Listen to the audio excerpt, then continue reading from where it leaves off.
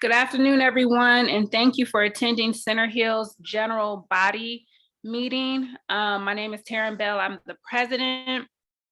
I would like to get started. I'm trying to see who's here.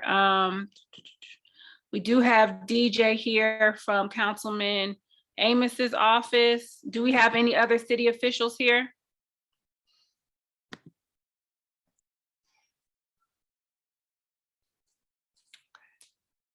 So I move to adopt the agenda.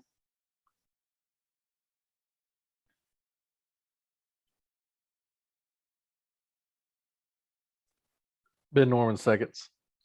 Okay, thank you. You all, I'm trying to make sure Demetrius from Commissioner Hall's office has the link. Give me 1 second so I can get this over to him.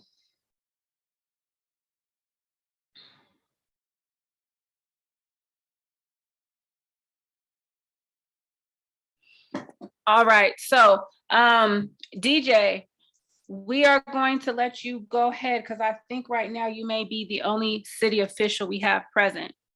Do you have any updates for us? Yes, good afternoon, Madam Chair. And of course, thank you to the neighborhood for allowing me to speak. To those of you who don't know me, DJ Terry, Chief of Staff to Councilmember Byron Amos in District 3. I want to thank you again for allowing me to address the Neighborhood Association. We do have a few events coming up this weekend. On Saturday, we will be hosting the Jazz Festival at Cook Park, and that will take place beginning at 4:00 p.m. There's also a jamboree that's happening at Washington Park, and that will begin at 11 a.m. That jamboree is actually looking for volunteers. So if you're interested in volunteering for the jamboree at Washington Park, please don't hesitate to reach out to our office. I'm going to drop my contact information in the chat in just a few seconds. We do have a really, really important spring food giveaway that's annual that we'll be hosting at Cook Park on May 21st from 11 a.m. to 3 p.m. And of course, we'll be giving out food, having large events for the family and the kids, and there's really a host of great things happening that day. I did want to bring up that the council has begun, we actually received the budget from the executive offices on Monday. We will continue to begin that work. We had the first budget overview this afternoon. We will have additional, of course, budget sessions tomorrow and continuing into next week, all the way through the chair of finance and exec, who is Councilmember Alex Wan, has slated for passage of the budget, the final passage on June 21st. Councilmember Amos has introduced legislation that recently passed the council involving short-term rentals. The short-term rental commission would essentially exist to inform short-term rental owners and operators throughout the city of the ordinance that was passed by council, as well as working with community organizations to work on implementation of the ordinance and the system for processing permits for short-term rentals. Councilman Amos also is working to pass legislation that will establish a best practices guideline for NPUs throughout the city. This is not going to change the way that the NPUs operate. It is simply the APAP board coming together with the NPUs and all the community members to figure out if there is a way to make a best practices document so that NPUs and their leadership can follow, and of course community members can follow as well. So I will stop there in the interest of time. If you have questions, again, I will drop our information in the chat. And I did have the list. I know at the last meeting you guys asked for the list of T-SPOS projects. So if you would indulge me just for a few seconds so I can find that, and then I can drop that into the chat for you as well. Thank you, DJ. And I have a quick question. And I know Councilman Amos is here. Good evening, Councilman Amos. In regards to the budget for District 3, what are the determining factors to how that budget is used throughout the district? When you In say terms of each community, how the budget is going to be used, in terms of, I guess, our infrastructure, just in terms of everything. How are you all determining how the budget is? Because it's a budget for District 3, right? Is this in regards to each district's budget? so the council members, of course, have their own budget for office expenses and maintaining things that happen throughout the offices. We're talking about the overall general budget for the city of Atlanta. So of course, Okay. council has the budget before June 30th. Well, by July 1st, of course, for the entire city. I will say that there are a number of projects for different communities in District 3 in the budget. We are going to release a list of those about halfway through sharing out what of course is included in the budget, but that does not include any amendments that we might make or we see fit for the budget process. So this is just the beginning of the process. As I stated, we didn't receive the budget until Monday, but this is for the entire city of Atlanta. And just to be clear, city of Atlanta, of course, works through a number of different ways, having a lot of different funds and money in different pots. But the operating fund is what we call the general fund. That's about $743 million. But the overall total budget, including all funds throughout the city, is approximately $2.3 billion. That's the largest city budget that has ever been proposed by any mayor throughout the history of Atlanta. So it's going to, of course, take a lot of sessions speaking to the departments to figure out what the process is and what of course, amendments and changes they have. And the document is available online. So if you are interested in reading it, I can share that in the chat as well. If you, again, give me a couple minutes to find it. Yep. Okay, no problem. Thank you, DJ. Do we have any further questions for Councilman Amos's office?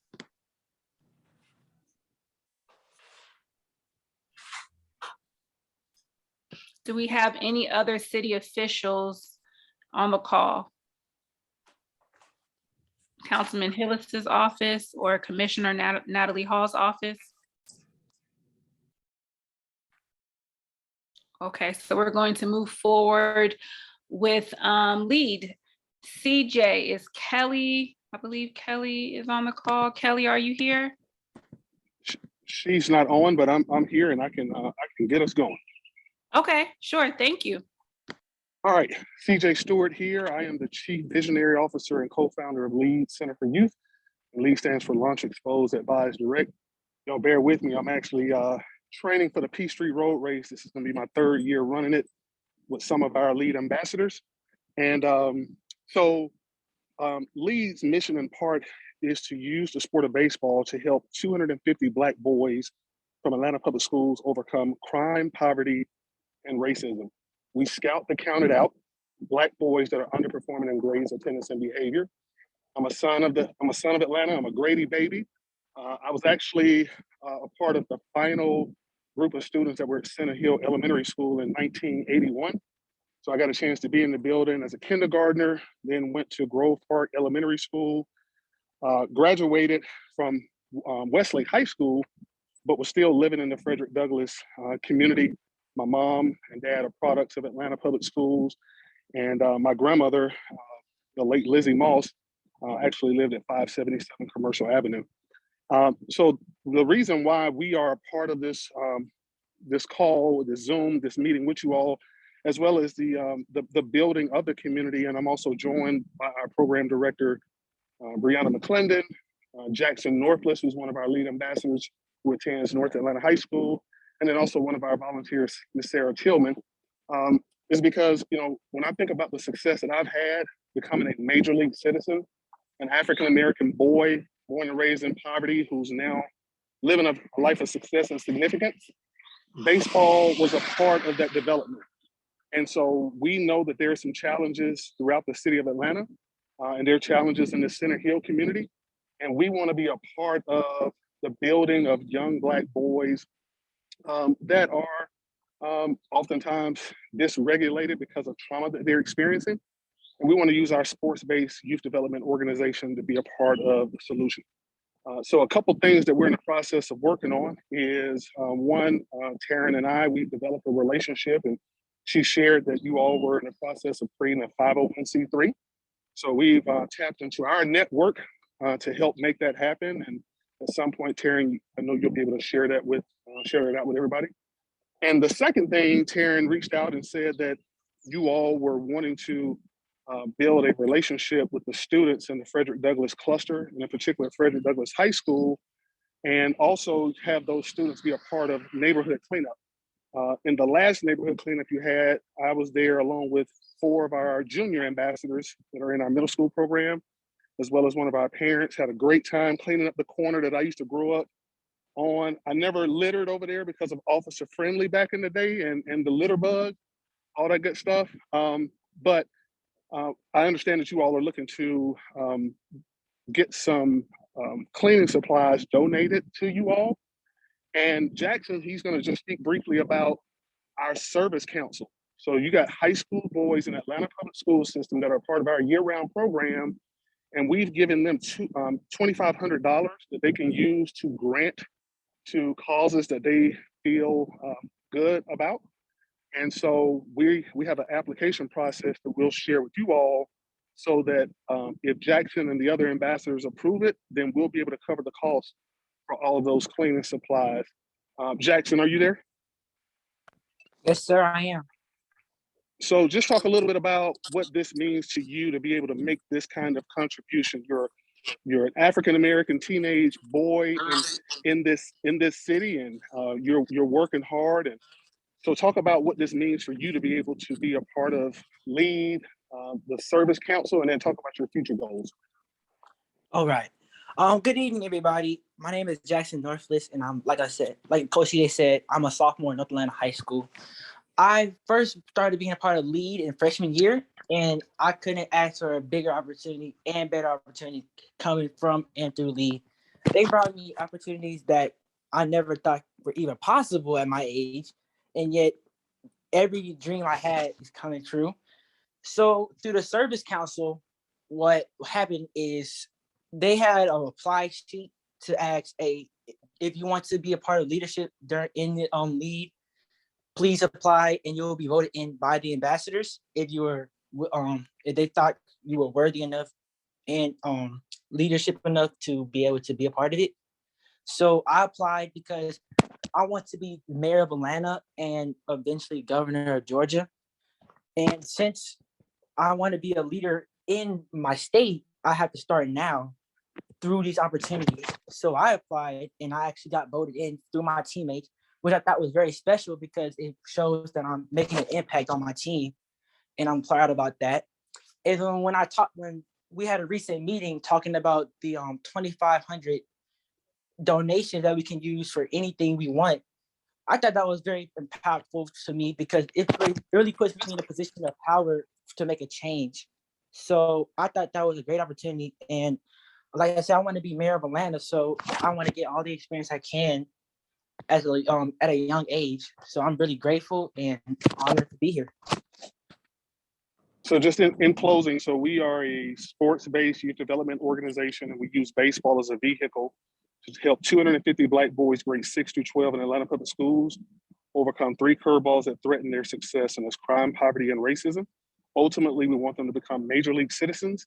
And again, the Center Hill community, we have several boys that live in the community. We're looking forward to digging in even more to be a part of the community. Brianna McClendon, she's going to put the application link in the chat, and I can answer any questions, and definitely looking forward to continuing to be here. And Sarah Tillman, our volunteer, she's going to be attending a lot of the meetings on our behalf along with me. That is amazing. You all are doing wonderful things, and we're so proud and so honored to, be associated with you all. And Jackson, great job. Keep pushing and keep your eyes on the prize, and you'll do what you need to do. We see yes, I see the application. So we'll go from there. And we thank you all for this opportunity. And Jackson, you need to look in the chat, sweetheart, if you're able to, because Councilman Amos just just said something to you. Yes, I just saw. Okay, okay. Well, thank you so much, CJ. Thank you for all the support. And we'll continue to work together and do what we need to do for the community.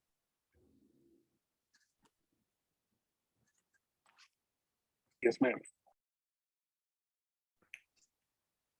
Okay, I believe Councilman Hillis's office is here. Alan, did you have anything you needed to present? Yes, hello, can you hear me? Yes, we can hear you. Yes, hello, everyone. My name is Alan Holmes. I work in the office of Councilmember Dustin Hillis. Just wanted to give a brief update. The City Council is going over the budget currently, and so if there's any concerns specifically of the Center Hill community that you all would like Councilmember Hill to know about as it relates to the budget or any requests or needs, feel free to reach out to the office, because that we're in the initial phase of just going through the fiscal condition of the city, and we'll be going through, all the budget requests of each department in the coming weeks and towards the end of this week. In terms of street cleanups and things like that, we also want to just say that if there's any littering and dumping going on in Center Hill that we need to know about, that we can put on the list to get addressed, we want to obviously stay on top of that, because littering and dumping is always of concern. We get a lot of requests about that, so we're trying to kind of stay on top of it. Those are some of the updates that I have currently, just in regards to what's been going on in the office and legislation. Even though the Chattahoochee Brick property is not in Center Hill, many Center Hill residents who've lived in the city for a long time know the history of the Chattahoochee Brick site. And so since the last meeting, I guess it was just about a week ago, Mayor Dickens signed the official legislation that would see to it that the city of Atlanta will be purchasing that property and developing a memorial for the men who unfortunately lost their lives there at the Chattahoochee Brick site. So that's a good, at least in terms of doing a memorial and kind of making sure that Atlanta residents understand what happened at the Chattahoochee Brick site. It's a positive step in the right direction to preserve the history of the city and make it a situation where people can come to the site and learn about what happened. So that is something that has recently, become official here in the city of Atlanta, and Mayor Dickens signed the legislation for the purchase of that property. So if anyone has any other questions or concerns, I will leave I left my number in the chat, but again, I will let you all know what my cell phone number is so you can call me directly if there's any issues. My city cell phone is 470-602-8399.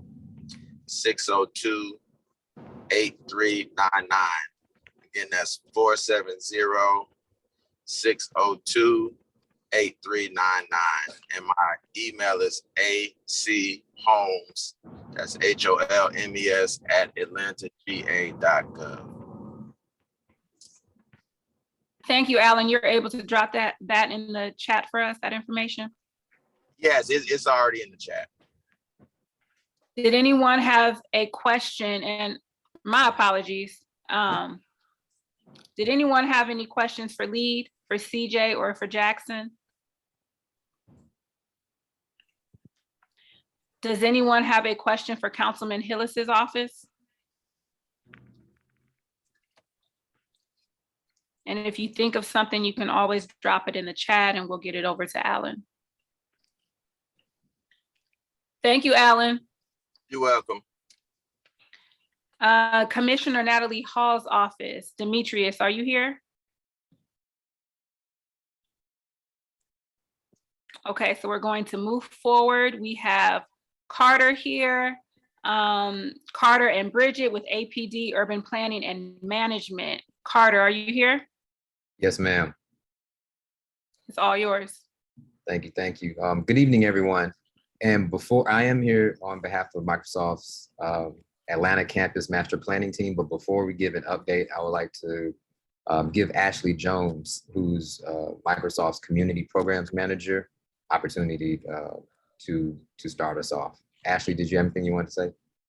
Good evening, everyone. Thank you all so much for allowing us to join you. We're so excited to be joining this community. We've had a wonderful, you've heard the news in regards to the kickoff of the master planning team. On the announcement of the planning team and the advisory council, Taryn Bell, who's your leader here, is a part of that council. We have a couple of upcoming activation opportunities to engage with us that I will let Carter speak to. I will not steal his thunder, but I just wanted to say, you know, we are here and happy to be a part of this meeting and look forward to furthering our relationship and partnership. Carter, anything else would you like me to address?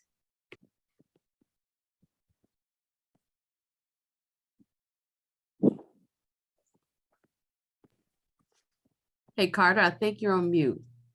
Yeah, we can't hear you. Yep, I was, my bad. No, I think we covered it, or you covered everything. I'll just give a quick update and we will put some information so that you all can get in contact with us. So good evening again. My name is Carter Coleman with APD Urban Planning and Management. And as Ms. Jones said, we are here on behalf of the Microsoft Masters Planning Team for the Quarry Yards Atlanta campus site. And we're really here today just to kind of introduce ourselves. You may have had some interactions with Microsoft and some of the consultants last year for some listening sessions. And those listening sessions gave us an idea of what community concerns or opportunities may have been. But what we're doing now is really coming back to do a deeper dive on understanding how the community sees itself and how the community would like to partner with, or how Microsoft can be a better neighbor moving into the community. So as Ms. Jones said, we've really just begun on this process with you all. We will be working closely with the community members, yourselves, your neighbors, the NPUs, and the neighborhood associations. The advisory council has been started, and they are going to be our guide and make sure that we are interacting and we are on the right track as it comes to working with the community. We will have multiple opportunities for you all to give your input and be heard and have a part of this process.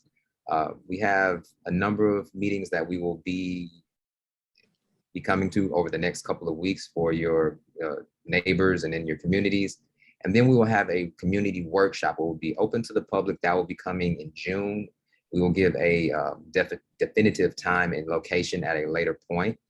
And then we will make sure we get that information to you. And after that, that will really kind of open the floodgates in a sense of ways that we will engage with you. We'll have focus groups, so you'll be able to really sink your teeth in on topics or areas of interest such as housing, transportation, Proctor Creek Greenway and ecology, education, and all the different ways that we know the community would like to see impacted. And so we want you to understand that, you know, we are here to be good neighbors. And I'm going to put our contact information in the chat. There's also a website that you will be able to use to kind of stay up to date, where you'll see some announcements whenever there's something going on. We'll make sure that it's posted so that you all can be well informed. And as we have other avenues of communication, we'll make sure that you have those also. Just to give you a quick idea, some of the consultants that are with us is Cooper Carey, who's based out of Atlanta, and JLL, who is acting as the Microsoft's rep. We also have Inclusive, which is, they host civic dinners, which is a technology or a, how do I want to say this? It's a platform that allows community members to have intimate conversations about areas of interest as it comes to this planning process without the planning team there. We understand that some topics or some subjects, community members can have a more candid conversations with each other. And that platform will allow you to capture that information and then share it back with the community, with the planning team, and help inform the planning process. So right now, to give you an idea, we've done a couple of initial steps. We've done existing conditions analysis, which is we've done a parcel by parcel review of every parcel within the study area to get an idea of what the condition is on the ground. And this will help us inform to make sure that we are well aware of what the current condition of your community is. And I'll say my community. So just let you know, I'm a graduate of Douglas. I see Ms. Calhoun on the call today. And so I'm excited to be here. So that's my little stand moment, sorry. But we really this is going to be a great process. We're very excited to work with you all, and just want you to know that we're here. So if you have any questions, any concerns, please don't hesitate to reach out. Ashley is very, very energetic and attentive. She has been in a lot of these meetings for a long time, and we are happy to be with her, be here with her. So if you have any questions, we can answer those. If not, please feel free to use the contact information in the chat. Thank you, Carter. Thank you, Ashley. Do we have any questions, you all?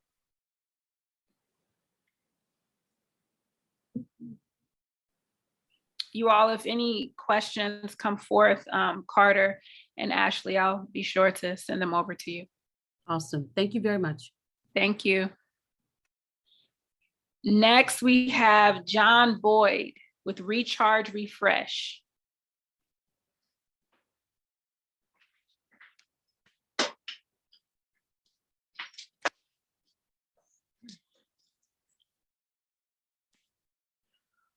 We can't hear you. Can you hear me now? Yes. Okay. All right. Thank you so much. How's everybody doing today? Let's see if we get some video here. Can you guys see me? We were able to. Yes. Yeah, I Okay. see you. Okay. And let me see if I can share my screen. I just made you a co-host. You should be able to share your screen now. Okay.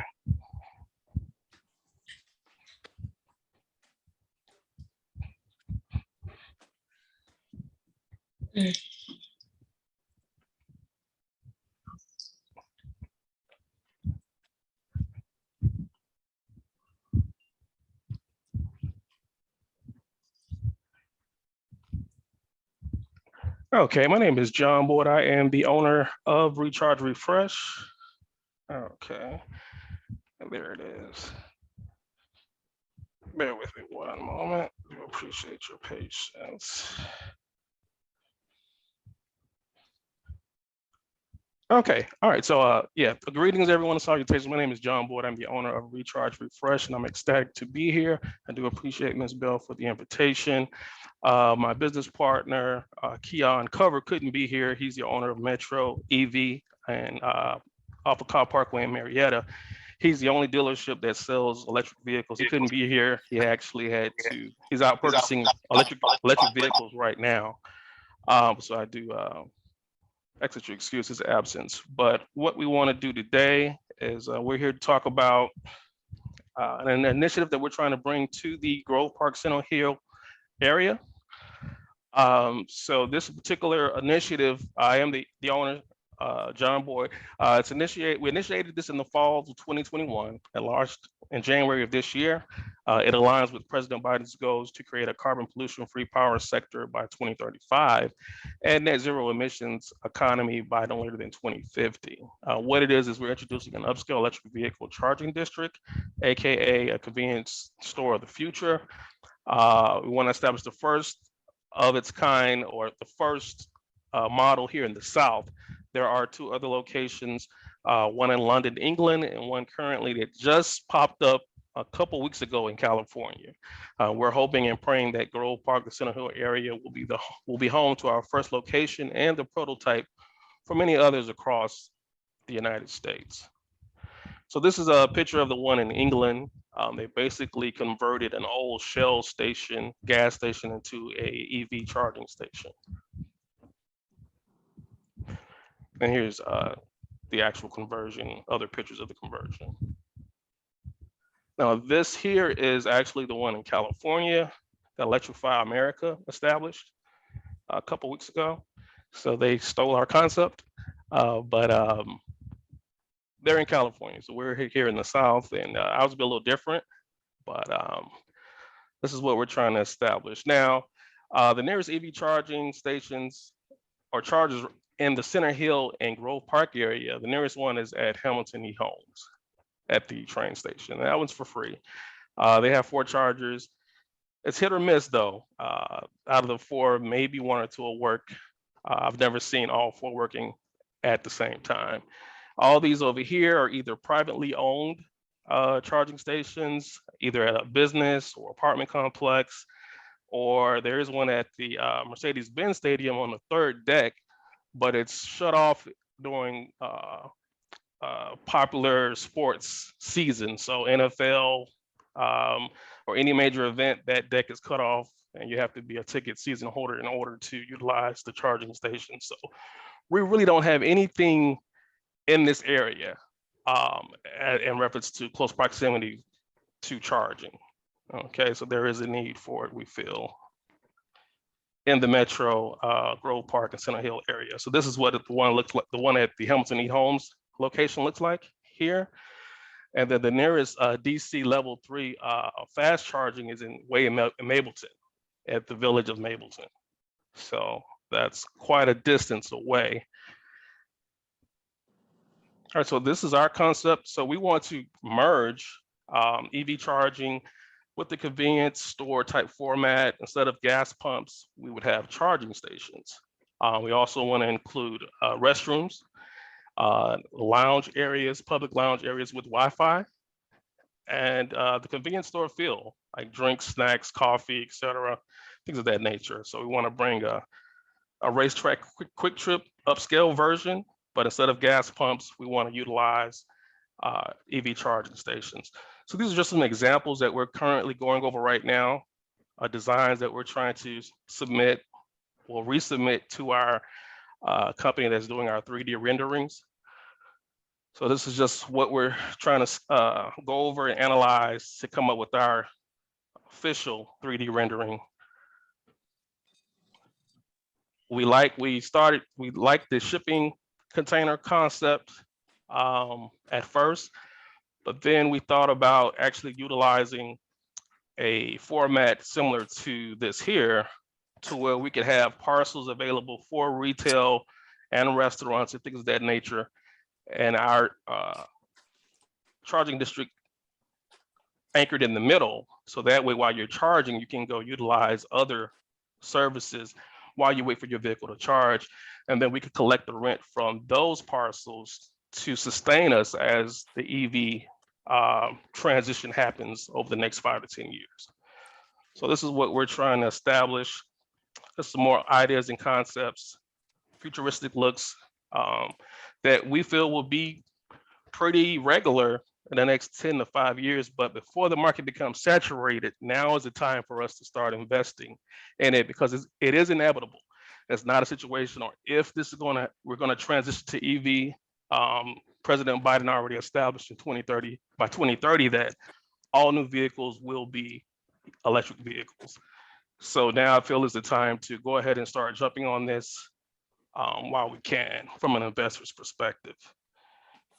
So just some more designs and concepts where we have the retail, the restaurants on the outside, and the actual EV charging station centrally located in the middle of the plaza. And then this is just emphasizing the snacks available, convenience store feel, which we'll have displayed and organized in the format.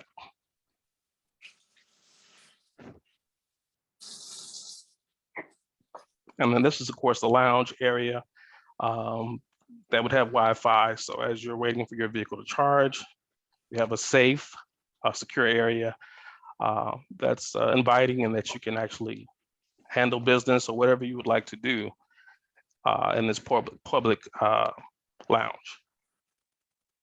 And there's some more concepts that we're looking at in reference to the lounge design.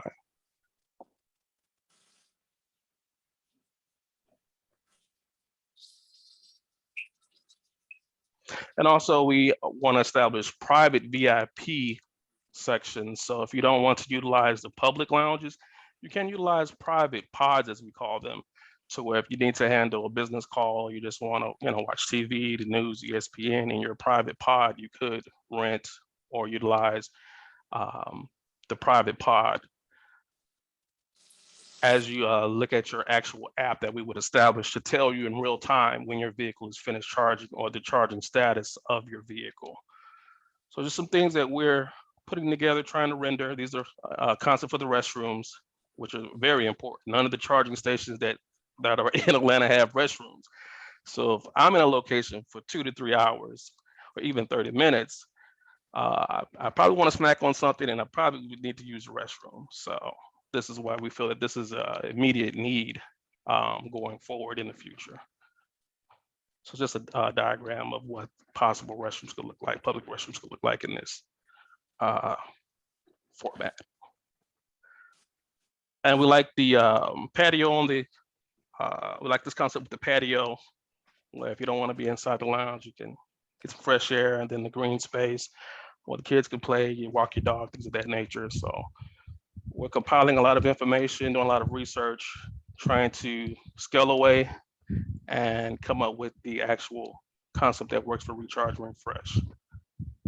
Okay, last but not least, because we believe that there needs to be more awareness, especially among the African American culture, we're providing these electric vehicle classes, called Electric Vehicle Basics EV 101.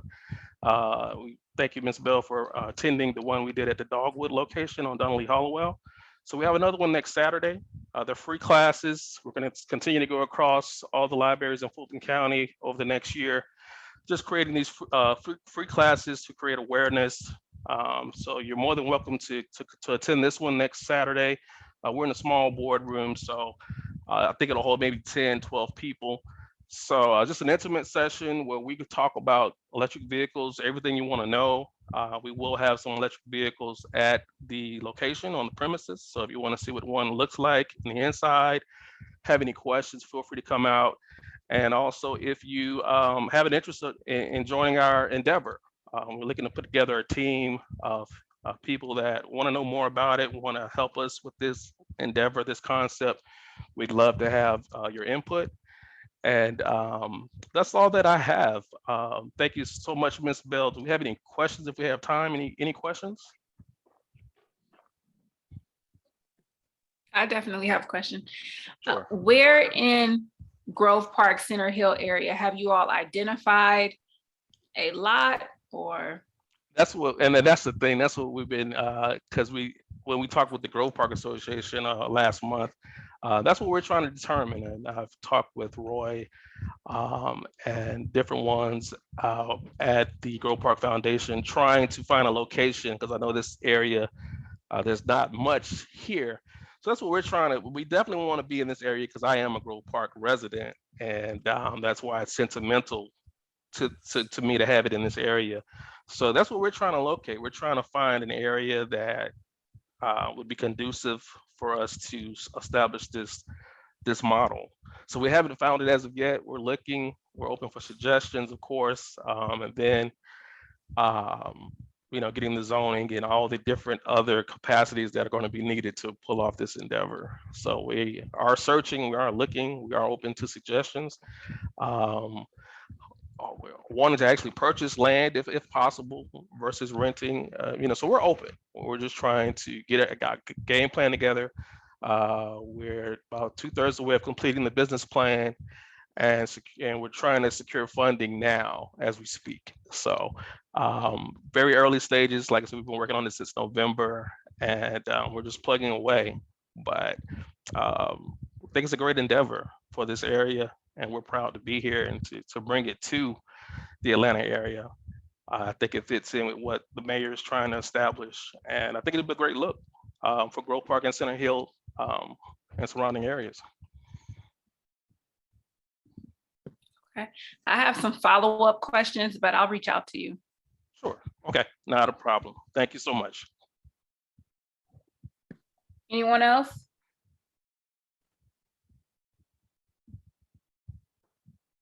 Thank you, John. We appreciate you. This is a great initiative you all are doing. Thank you so much. You guys be blessed. Be safe. Thank you.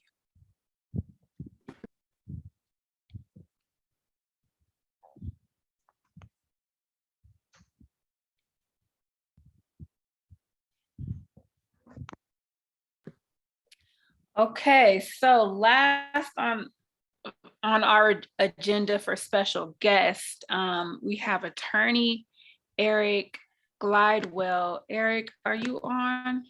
I know he has his daughter's game to attend. So we're gonna give him a couple minutes. Eric, are you And here? Madam Chair, I am on. No, this is Demetrius Meyer from Fulton County. I am on, but I'll wait my turn. I'm late, so I'm here at your discretion. Oh, hi, Demetrius. How are you? I'm great. How are you? I was having some connection issues connecting, so please forgive me. Not a problem at all. Eric, you're here. You're connecting. Demetrius, as soon as we're finished with our 501c3 discussion and vote, then you can hop on. But Madam Chair, I'm not going to prolong the time. I'll just leave my contact information in the chat. And if anyone from the neighborhood needs to reach out to me, they can just do it like that. But I will stay on for the remainder of the meeting, though. Okay, can you say whose office you're with? Some people may not know. I'm sorry, Demetrius Meyer, Office of Commissioner Natalie Hall. For those of y'all who are listening, my cell number is 404-822-9165. Thank you so much. If you need any at-home COVID test kits, please give me a call, but I'll leave my information in the chat. Thank you. Okay, thank you, Demetrius. You're Eric, are you with us? Yes, I am on. How are you? Hey, I'm doing fine. I'm on my phone, so I hope you can hear me okay. Yeah, we can hear you just fine. So Eric is here. Eric is with Womble, Bond, and Dickinson. And Eric is someone that CJ Stewart connected us with to help us become a 501c3. And Eric has agreed to help us with that process. So he's going to talk about what he and I discussed last week, the 501c3, and I guess, I don't know how you would describe it, Eric, but kind of the tier we're choosing with the 1023. So if you can talk more about that, I'm gonna hand it over to you.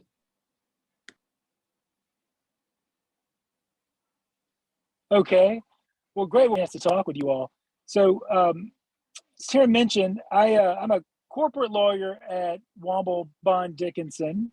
I do mostly mergers and acquisitions, but over the last 10 years or so, I've had a practice of helping nonprofits kind of get off the ground and get started. And as I mentioned to her, that is typically a pro bono effort for me. I don't represent large nonprofits in their 501c3 application process. It can get pretty involved. It can be pretty intense. So that's not what I do, but I do help smaller nonprofits that are just getting going, get started, get formed, and get their 501c3 status. As Taryn alluded to, there are different categories of kind of 501c3 status that you can apply for. And if you are not going to raise more than $50,000 each year in the next 3 years, so per year, you can actually file for what they call a 1023 EZ form. The 1023 is the form number that you file with the IRS to apply for 501c3 status. And applying for the EZ status doesn't change your at all donations to you are deductible. It is just a lot easier to apply and much cheaper to apply. I think the filing fee, I think I said it was $275, if I remember right. And it used to take about 3 weeks to process. Now it takes closer to 6 to 8 weeks to get processed.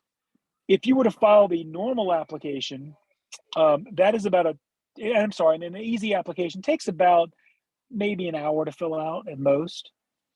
The 1023 application, the full-blown application, it can take a good number of hours, maybe 20 hours to complete. There's a lot of information they ask for.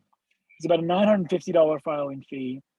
And that approval process is taking right around 9 to 12 months right now. So it is a very long process. But what I mentioned to Sharon that I'd be happy to do is to help you all set up an entity, a separate entity that would be your nonprofit. And so we do that by filing articles of organization or articles of incorporation with the state of Georgia. We would get that up and running. That would take a couple of weeks, maybe. Once we get that up and running, then we could file your 1023 EZ application. That would get you registered with the IRS for 501c3 status. When they approve that, is kind of up in the air, like I mentioned, but no matter what date they approve it, it's retroactive back to the date you incorporated because we filed for it within 27 months. So what that means to you guys is anybody that donates this year would know by the end of the year whether they can actually deduct that from their taxes because you'd already had your letter ruling from the IRS in hand. If you go the long route, which I probably wouldn't be able to help you with, if you want to go the long route, that can take a little longer, like I said, 9 to 12 months. And so in that case, someone might donate this year and not know whether they could deduct that from their taxes because you wouldn't have your IRS letter ruling yet. And so they either have to kind of take it on their taxes and hope that you do get approved, or wait till you get your letter and then go back and amend this year's taxes. So my recommendation is if you are not going to raise more than $50,000 in a year, do that 1023 EZ form. The other thing I mentioned to Taryn was that if we're going to go ahead and get it up and running, you're going to need a board. I would recommend that the board of directors be an odd number of people, so you don't have 4 or 6 or 8, just in case you got a disagreement.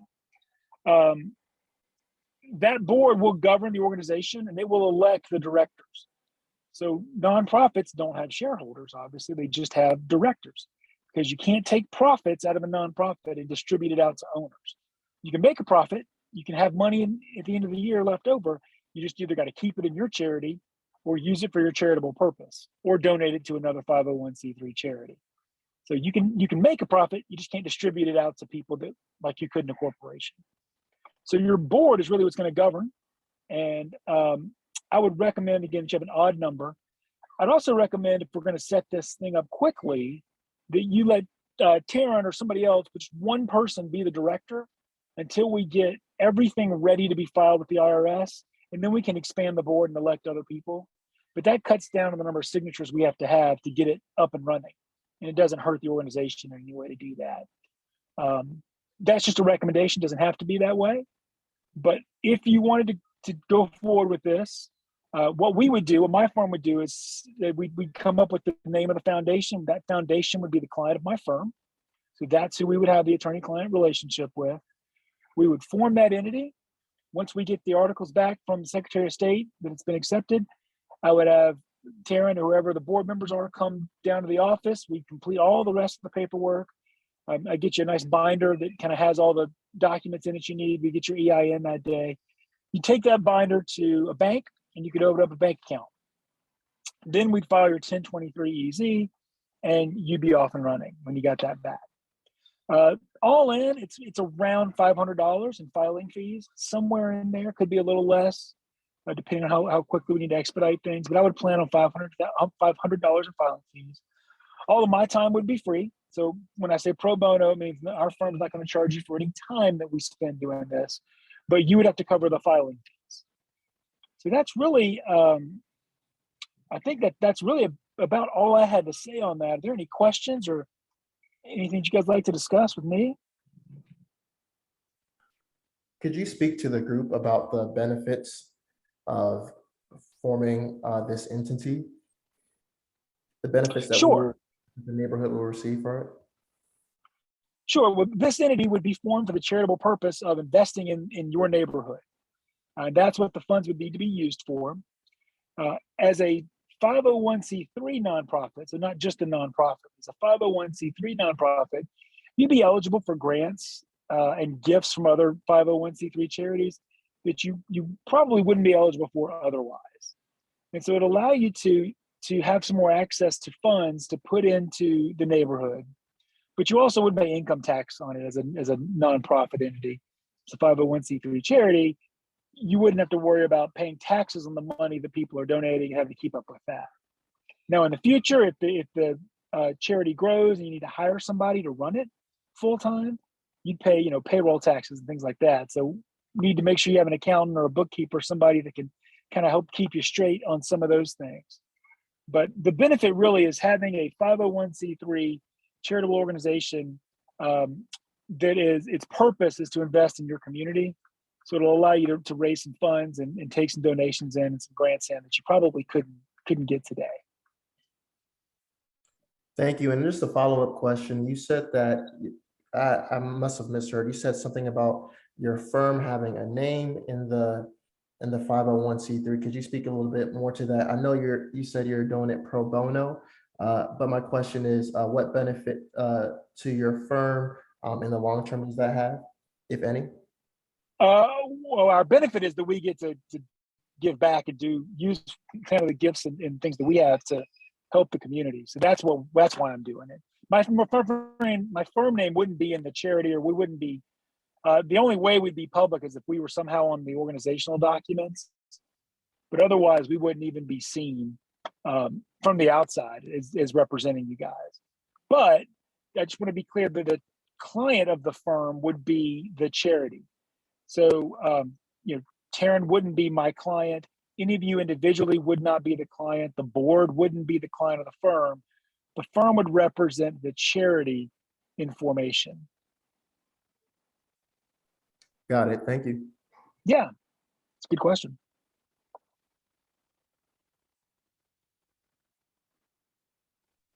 Any further questions? Yes, I have one. Do we have to come up with a brand new name, or can we use the name Center Hill Neighborhood Association? Taryn, correct me if I'm wrong, but I think we looked in Center Hill Neighborhood Association. It's not incorporated today, is it? No, it's not incorporated. So you could use that same name if you'd like, because it's not registered with the Secretary of State.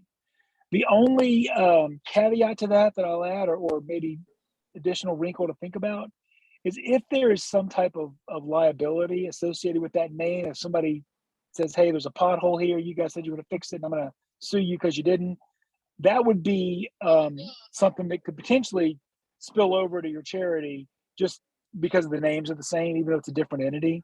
Though somebody might argue it's kind of a continuation of your, what we call an unincorporated association, which is what you guys are now. But I think that risk is probably fairly low from what I understand. So legally, yes, you can use the same name, and practically it may make a lot of sense to do that.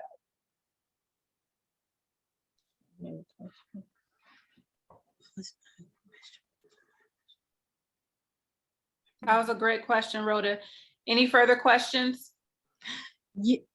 Yes. The other question was, when you talked about the board of directors, can we use the officers that are elected right now as the board of directors? Or do we need to choose a different set that's kind of separate from the elected officers? You do not have to use a separate set. That's completely up to you guys as to who you want to be on the board. It'd be helpful for us if we kind of knew, my firm, if we had one or two people that we knew were kind of authorized to act on behalf of getting this thing formed and set up. But that does not have to be anybody in particular, and it can be whoever you'd like it to be. You can have one person take multiple offices. You can have one person take all the offices while we're getting it set up until you get that completed. Or you can have separate people in each office as well. And I should say that you'll have a board, but you will also need officers in your charity. Typically, you'll have a president or an executive director, a treasurer, and a secretary. And those are the three that the code kind of contemplates you have. And you can have others. You can have vice presidents in a charity. You can have directors of development. You can have whatever titles you'd like to have, but you will need to have a secretary, treasurer, and then who they call the principal executive officer, if you want to call them an executive director or a president or a CEO. So you will need that as well. And those people can also be board members.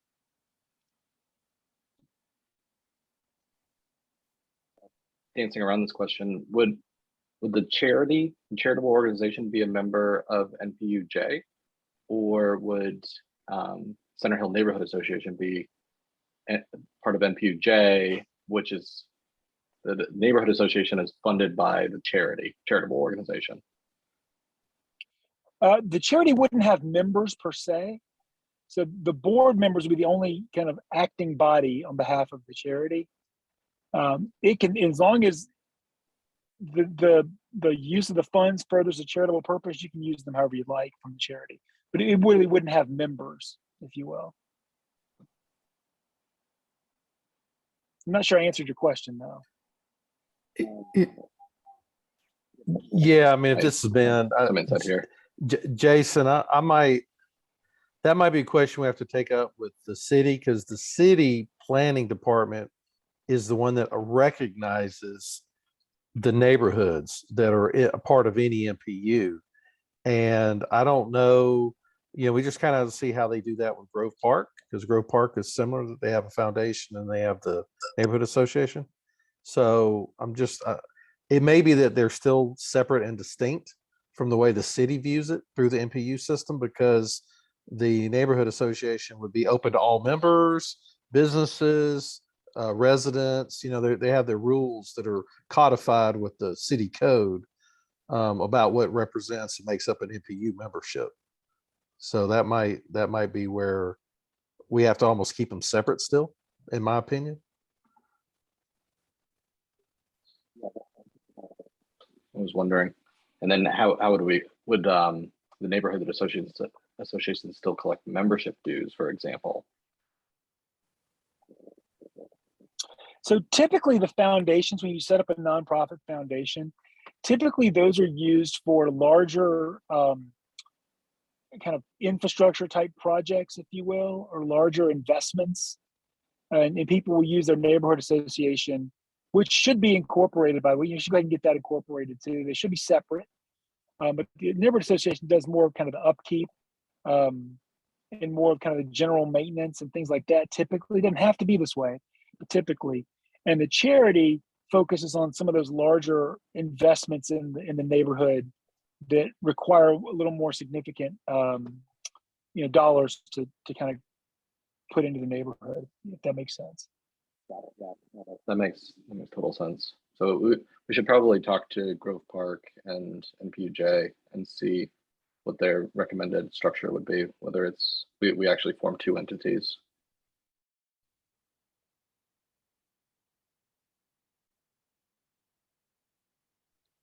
Thank you, Jason. That makes sense. Any further questions for Eric?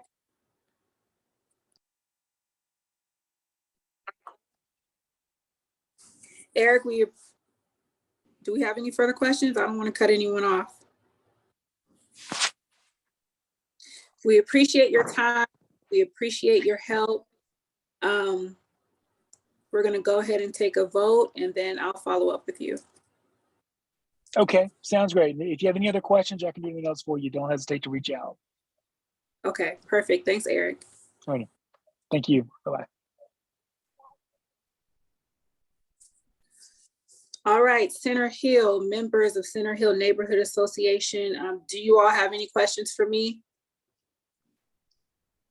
before we move forward with our vote?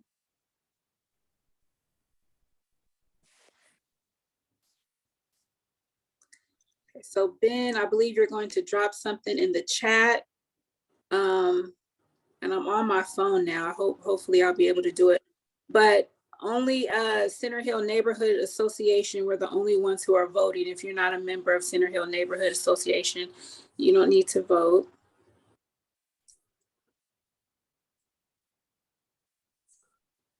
So I guess do this in proper order. I'll make a motion that we vote to approve the creation and funding of a Center Hill Neighborhood Association 501c3 organization. I second.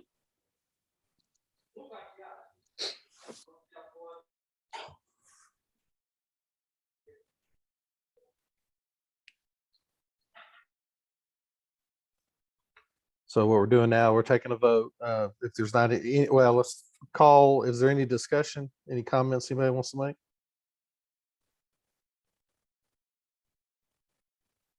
Okay, hearing none. So the vote is open. We're using the Zoom polling feature. So please vote. You have the option to say, yes, you approve the creation and funding of a 501c3 organization.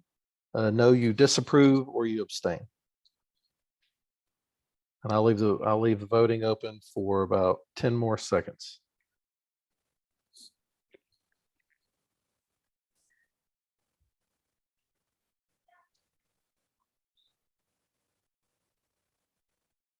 All right, I'm closing the voting.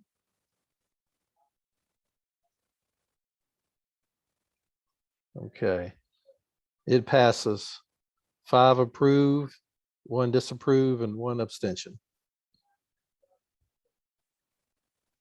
All right, so my next step is to reach out to NPU-J. Jason, it was NPU-J and the Grove Park Foundation, correct? Ben, do you know of anyone else that would be good, or those right people? They're the ones that I know of in our NPU. Grove Park's the one that's further along with this, obviously. I don't know, none of the other neighborhoods have gotten this far. We're all, I know Dixie Hills is speaking about, in the process of trying to do exactly what we're doing. But I think asking Grove Park that's already lived through this for a couple of years to find out how the structure needs to be organized, or at least what their best practices might be. And we could also, on kind of a side note, I could reach out to the Center for Civic Innovation, CCI, because they're plugged into all of the NPUs as a nonprofit, and they may be able to point us to some good examples of some other neighborhoods that have done this, as a model that we could maybe look at as well. Surprised if NPU-J kind of kicks us over to the city or some contact in the city. But yeah, I think that's it makes sense to me that we need the two entities. One that does the operating of the association, that's a member of NPU-J, and then the charitable organization that receives large grants that can then be distributed or spent on behalf of the neighborhood association. Yeah, that makes sense. Thank you for bringing that up, Jason. I'll also reach out to Eric to see if he can put us on his calendar for our next board meeting, just to, go through more details. And I'm sure we'll have more questions and to give us updates and all that good stuff. All right, moving along on the agenda for the president's update. This was my update, so I don't have anything else. Ben, who's after me? It is, hang on a second. So we go into committee's report. There's a vacancy for the beautification. I don't know if you want to speak to that, or we are still looking for chairperson. So there is a vacancy. We're all just kind of participating or chipping in right now. We did say that our next cleanup was June, and we kind of want to hold off. It'll still be June, but we're not going to set a specific date as of yet until we submit the application to LEED for all the supplies. So I'll have that on my agenda to complete by next week, and then we'll be able to update everyone with a specific neighborhood cleanup date for June.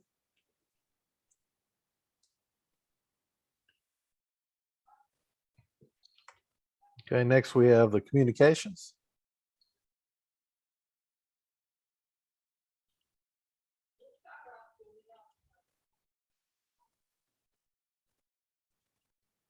I don't know if Antavius is here. Yeah, I don't see him on, right? So but I can kind of jump in, and this is kind of jumping ahead on the finance committee.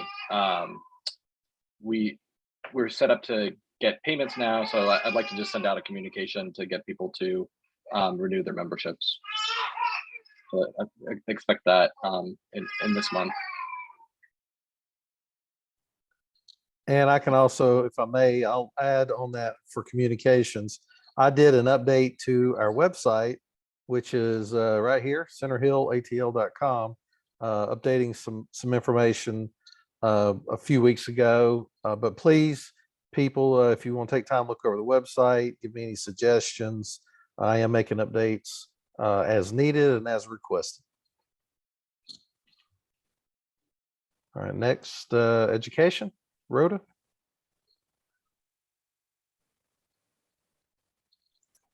Trying to unmute myself. The only thing I have so far is Inland is going to have an elementary school now. And probably last week in July, they're going to have their usual back to school gathering. And school will start on August 1st of this year.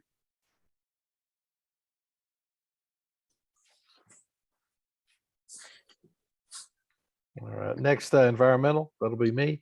I wanted to schedule a review for people that wanted to go to the park, Center Hill Park, and do a walkthrough in the woods where we can look at where the new trail and the bridge is going to go for our grant that we received from Park Pride to build some trails and a bridge in the wooded area connecting the two ball fields. So I want to do that on Saturday, the 14th. So not this coming Saturday, but the one after at 9:30, I'm thinking. So I can publicize that. That gives us a week and a half to publicize the event. And we just, maybe be there an hour. We just bring your hiking boots and your off spray and things like that, because we will be in the heavy wooded area. But we'll be there at 9:30. We can meet in the basketball pavilion in the front. And we'll get your input, and hopefully we should be seeing dirt start moving pretty soon as we're moving through the grant process. So Taryn and I submitted the press release. So that was the first thing that need to be done, and that'll be getting dispersed through the NPU and local other channels to let the community know we've won this grant, and that's the first step. And then I'll be working with the engineering firm that'll be doing the project that was partnered up with Park Pride. So we already have the vendor selection and all that is completed, but we just need to come up with details and start working on the project, which will take about 18 months. Any questions? All right, so Saturday the 14th. That's amazing. I'll definitely be there. Okay, great. Thank you. And I'll post it out on our Facebook page. All right, next, public safety.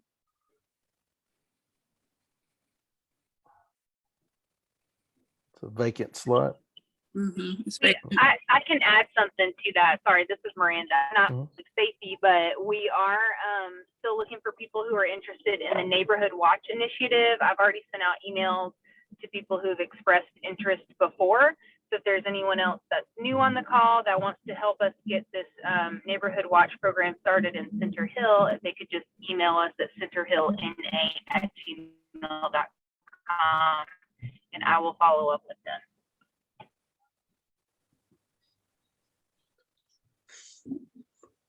All right. Next, finance. Do we have anything else from finance? You're muted, Jason. Oh.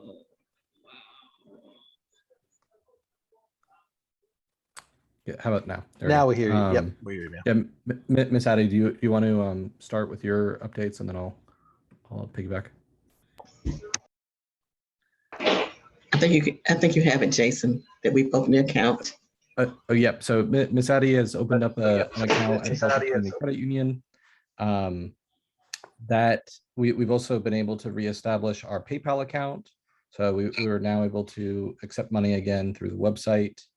The next steps are to connect the bank account to PayPal and also to Zelle, and that'll allow us to receive the funds from last year.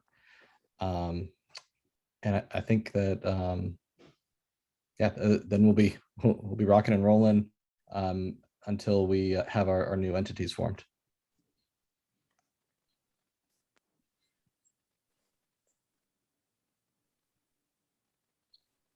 All right, Taryn, I'll turn it back over to you. That's it for the committee reports. All right, if everyone has reported, I think we're good to go. So I move to adjourn.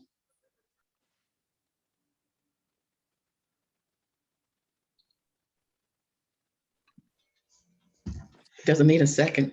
But I second. Yeah.